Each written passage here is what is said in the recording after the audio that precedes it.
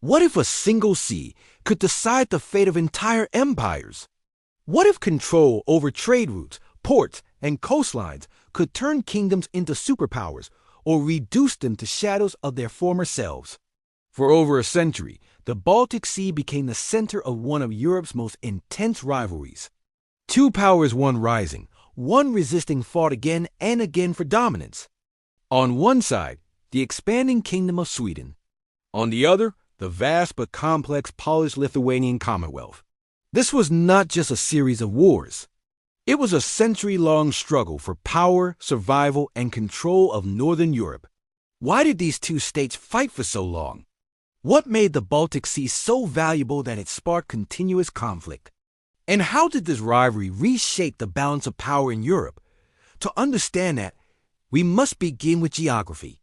In the early modern period, the Baltic Sea was not just a body of water, it was a lifeline of trade, connecting Northern and Eastern Europe to global markets. Grain, timber, iron, and naval supplies moved through its ports, making it essential for economic survival and military strength. Whoever controlled the Baltic didn't just gain wealth, they gained leverage over entire regions.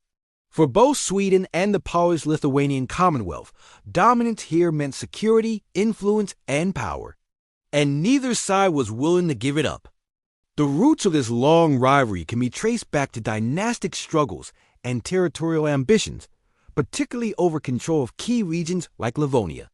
At the center of early tensions was Sigismund III Vasa, who ruled both Sweden and the Commonwealth, but whose authority was contested in Sweden.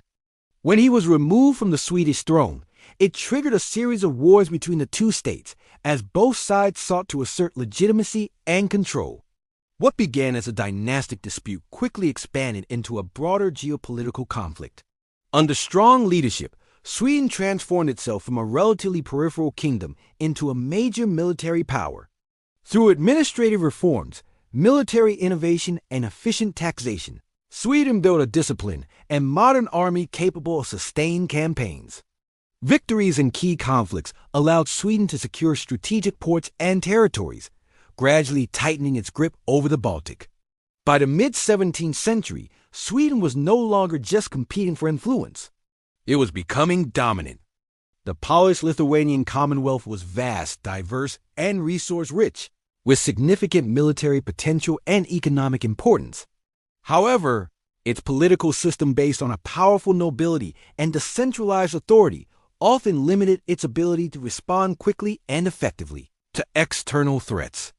While capable of impressive resistance, the Commonwealth struggled with internal divisions, making sustained military coordination more difficult. This imbalance would play a crucial role in shaping the outcome of the conflict. One of the most devastating phases of this rivalry came during the mid-17th century, in a period often referred to as the Deluge, when Swedish forces invaded and occupied large parts of the Commonwealth. This invasion caused widespread destruction, economic collapse, and social upheaval, leaving lasting scars on the region. Although the Commonwealth eventually pushed back and regained territory, the damage had already weakened its long-term position. The balance of power was shifting. The conflicts between Sweden and the Commonwealth were not continuous, but they were persistent, erupting again and again over decades. Each war reshaped borders, alliances, and strategies as both sides adapted to changing circumstances. But over time, Sweden's centralized system and military efficiency gave it a growing advantage, allowing it to maintain pressure across multiple fronts. The Commonwealth, meanwhile, faced increasing internal and external challenges. This rivalry did not exist in isolation. Other European powers closely watched and often intervened in Baltic affairs, recognizing the region's strategic importance. Sweden's rise brought it into conflicts beyond the Baltic, while the Commonwealth found itself entangled in multiple wars on different fronts. The struggle for the Baltic became part of a larger European power dynamic, influencing alliances and shaping the continent's political landscape. By the late 17th century, Sweden had largely secured its position as the dominant power in the Baltic region. However, this dominance would not last forever. New challengers began to emerge, and the balance of power continued to evolve.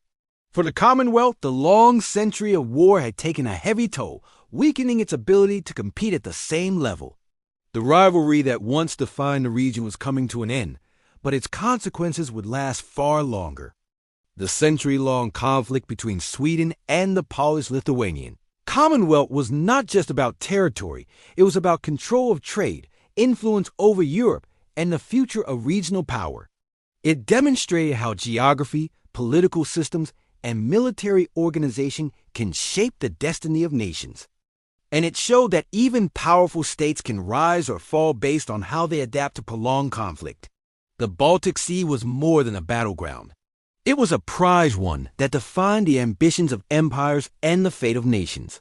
For over a century, Sweden and the Commonwealth fought to control it. And in doing so, they reshaped the history of Northern Europe. So when we look at the calm waters of the Baltic today, we must ask, how many empires rose and fell for control of this sea?